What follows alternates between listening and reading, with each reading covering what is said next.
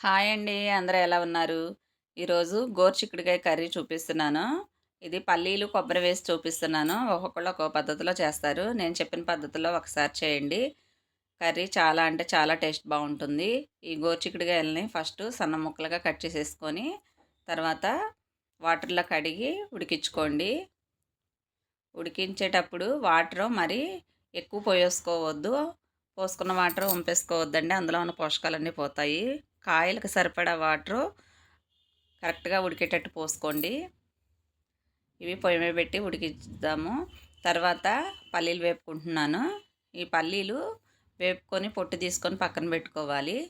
తర్వాత కొంచెం కొబ్బరి కూడా ముక్కలుగా కట్ చేసుకొని పక్కన పెట్టుకోండి. కూరని బట్టి వేసుకోవాలి.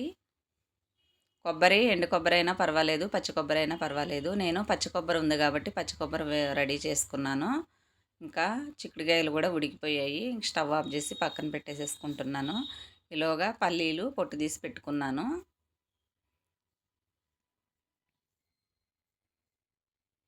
ఈ పల్లీలు కొబ్బరి కచ్చా పచ్చగా పట్టుకోండి, మరి మెత్తగా చేయొద్దు. అలాగే కొబ్బరి కూడా వేసేసుకుంటున్నాను.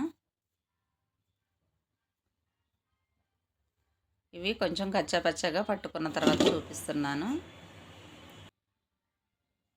ఇందులోనే ఉప్పు, కారం, వెల్లుల్లిపాయలు, జీలకర్ర, కరివేపాకు కూడా వేసుకొని మళ్ళొకసారి కచ్చా పచ్చాగా పట్టుకోవాలి.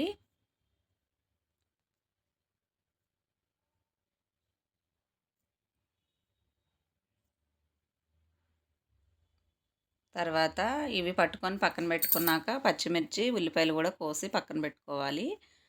ఇవి పట్టుకున్నాం కదా! ఇప్పుడు ఒక కళాయి తీసుకొని ఆయిల్ వేసుకొని, ఆయిల్ వేడెక్కిన తర్వాత పోపు వేసుకోండి. తర్వాత పచ్చిమిర్చి, ఉల్లిపాయలు కూడా వేసుకోవాలి. ఇవి కూడా బాగా వేగనివ్వాలి.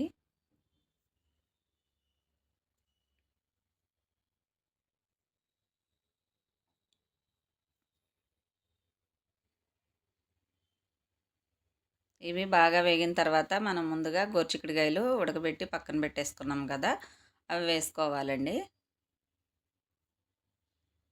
వేసుకొని 10 నిమిషాలు మగ్గనివ్వాలి.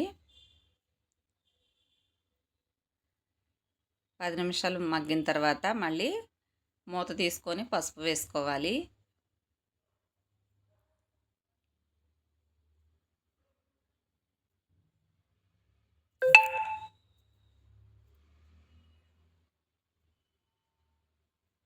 మళ్ళీ కొంతసేపు మగ్గనివ్వాలి.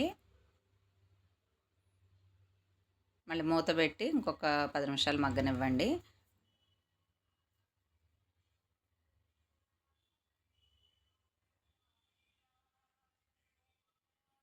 తర్వాత ముందుగా పట్టిన పల్లీలు, కొబ్బరి, ఉప్పు, కారం అన్నీ వేసి పట్టుకున్నాం కదా! అది కూడా వేసేసుకోవాలి. ఈ వేసిన దానిలో ఉప్పు, కారం సరిపోకపోతే మళ్ళీ కొంచెం కూడా వేసుకోవచ్చు విడిగా. నేనైతే ముందుగానే సరిపడా వేసేసుకున్నాను.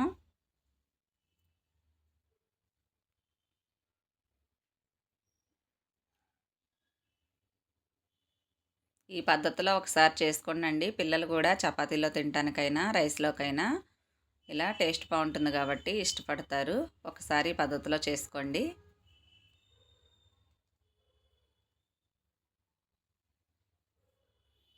ఇంకా పల్లీ పౌడర్ కూడా వేసినాక కొంతసేపు మగ్గనివ్వాలి.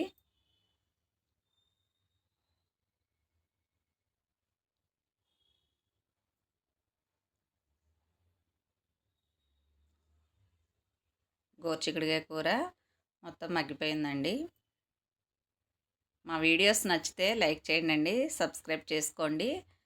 గోరుచిక్కుడుకాయ కూర ఎలా ఉందో కామెంట్ చేయండి. మీకు నచ్చితే ఈ పద్ధతిలో ఒకసారి ఈ కర్రీని చేసుకోండి.